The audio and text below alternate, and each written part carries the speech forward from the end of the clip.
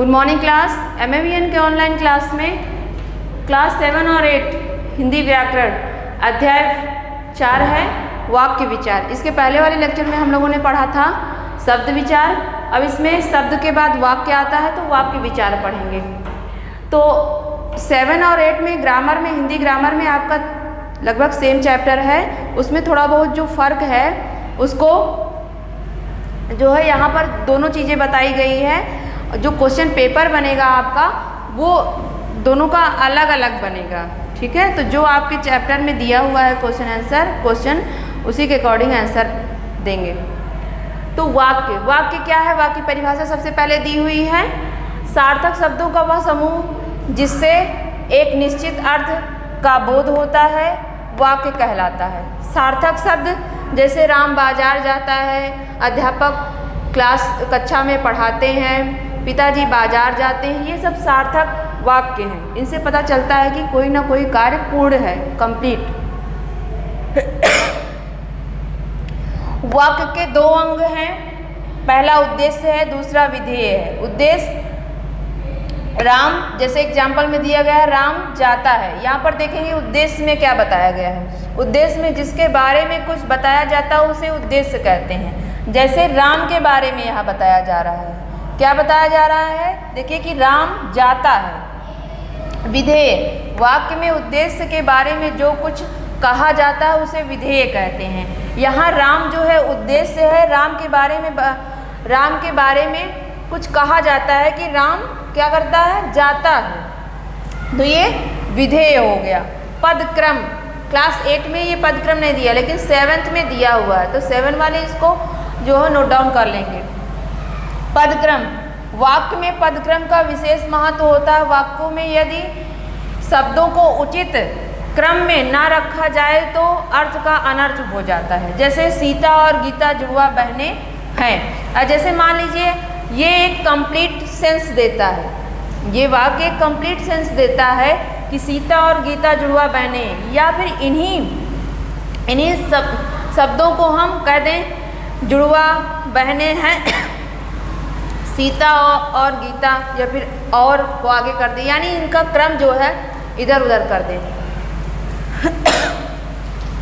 वाक्य के भेद, वाक्य के दो भेद हैं, पहला अर्थ के आधार पर, दूसरा रचना के आधार पर। अर्थ के आधार पर आपके भेद हैं फिर 8 भेद किए गए हैं।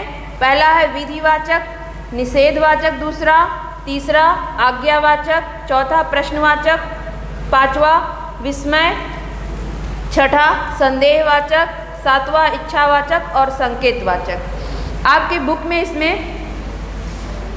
विस्तृत, काफ़ी विस्तार पूर्वक जो है इसमें दिया हुआ है वाक्य विचार में। जैसे दिया हुआ है विधिवाचक, अर्थ के आधार पर दिया हुआ है। पहला आपका विधिवाचक। विधिवाचक में क्या है? विधिवाचक मतलब विधानार्थक को ही विधिवाचक कहते हैं। जिन वाक्यों में क्रिया के विधान के सामान्य रूप में होने का बोध होता है उन्हें विधिवाचक कहते हैं। सुमन खाना खाती है, या फिर ऐसा कुछ भी क्रिया का विधान दिया होता है। निषेधात्मक, निषेध से पता चलता है, निषेध का मतलब होता है निगेटिव, नकारात्मक। जो वाक्य नकारात्मक है वो निषेधार्थक वाक्य होता है। फिर आज्ञार्थक वाक्य, आज्ञार्थक मतलब जैसे बाहर जाओ, बाहर जाओ, यहाँ आओ, जैसे हम किसी को आज्ञा दे रहे हो।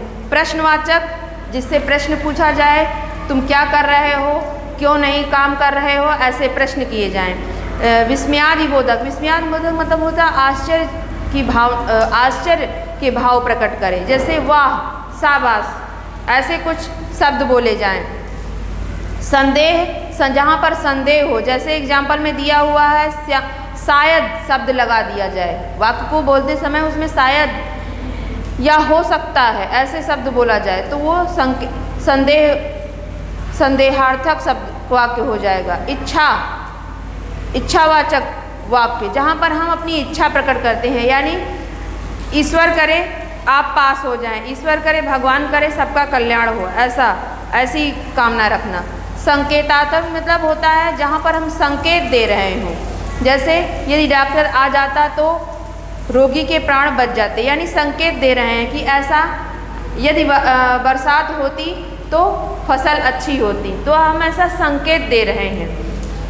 ये आपके अर्थ के आधार पर 8 वाक्य हैं। इसको अच्छे से इस जो है बुक से पढ़ेंगे, जो मैंने यहाँ पर एक्सप्लेन किया है। अगर वीडियो 1 से 2 बार समझ में नहीं आती तो 2 से 3-4 बार, जितनी बार आपको समझ में ना आए उतनी बार इसको प्ले करके देख सकते हैं, सुन सकते हैं। रचना के आधार पर वाक्य, पहला साधारण वाक्य, दूसरा मिश्रित वाक्य, तीसरा संयुक्त वाक्य। साधारण वाक्य जानते ही, ये बिल्कुल साधारण, एक कर्ता एक क्रिया होगा उसमें। राम जाता है, ये साधारण वाक्य है। मिश्रित वाक्य जहाँ पर 2 मिले हुए वाक्य होंगे, जैसे जो मेहनत से पढ़ता है वह पास होता है, ये मिश्रित वाक्य है। संयुक्त वाक्य, वर्षा हो रही थी इसलिए मैं स्कूल नहीं पहुंच सका, ये संयुक्त वाक्य है। तो इसको आप लोग अच्छे से पढ़िएगा।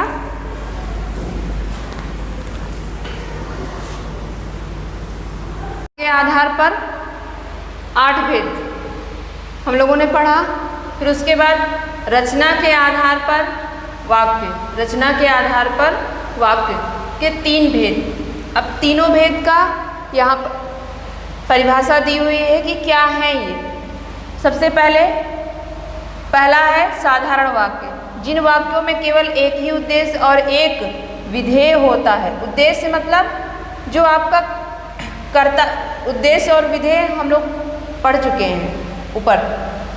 उद्देश्य और एक विधेय होता है, उन्हें सरल वाक्य या साधारण वाक्य कहते हैं। इसके एग्जाम्पल भी ऊपर हम लोग पढ़ चुके हैं। जैसे राम बाजार जाता है, बाजार जाता है, जिसमें एक आपका उद्देश्य, दूसरा विधेय, ठीक है। दूसरा है संयुक्त वाक्य, इसका क्रम जो है आगे पीछे हो गया है, पहले मिश्रित होना चाहिए था फिर बाद में संयुक्त, तो आप लोग समझ लीजिएगा इसको।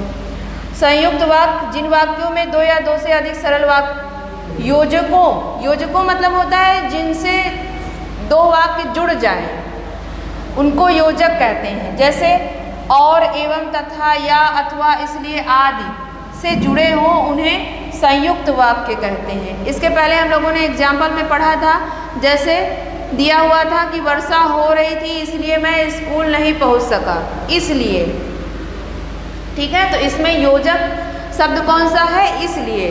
फिर तीसरा है आपका मिश्रित वाक्य, जिन वाक्यों में एक प्रधान उपवाक्य हो और अन्य आश्रित उपवाक्य हो, तथा जो आपस में की, जो, क्योंकि आदि से मिश्रित हों, मिश्रित यानी मिले हुए हों, उन्हें मिश्रित वाक्य कहते हैं। जैसे जो मेहनत करेगा वो पास हो जाएगा, ठीक है। तो ये आपका ये चैप्टर चौथा वाक्य विचार कंप्लीट होता है। आपका हिंदी ग्रामर में PA फर्स्ट का ये सिलेबस यहाँ पर कंप्लीट हो गया है। 4 चैप्टर दिए गए हैं PA फर्स्ट में। ये आपका लास्ट PA1 का चैप्टर है वाक्य विचार।